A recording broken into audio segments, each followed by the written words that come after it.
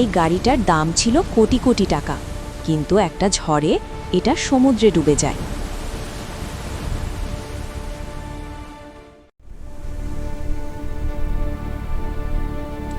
লবণাক্ত পানি ভেতরটা পুরো ধ্বংস করে দিয়েছে। ইঞ্জিন, ইলেকট্রিক কিছুই বাঁচেনি।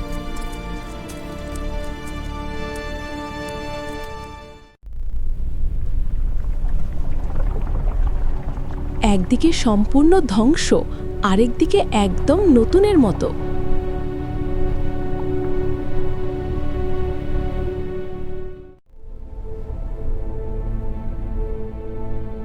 সবাই বলেছিল এটা ঠিক করা অসম্ভব, কারণ এটা সপ্তাহের পর সপ্তাহ পানির নিচে ছিল।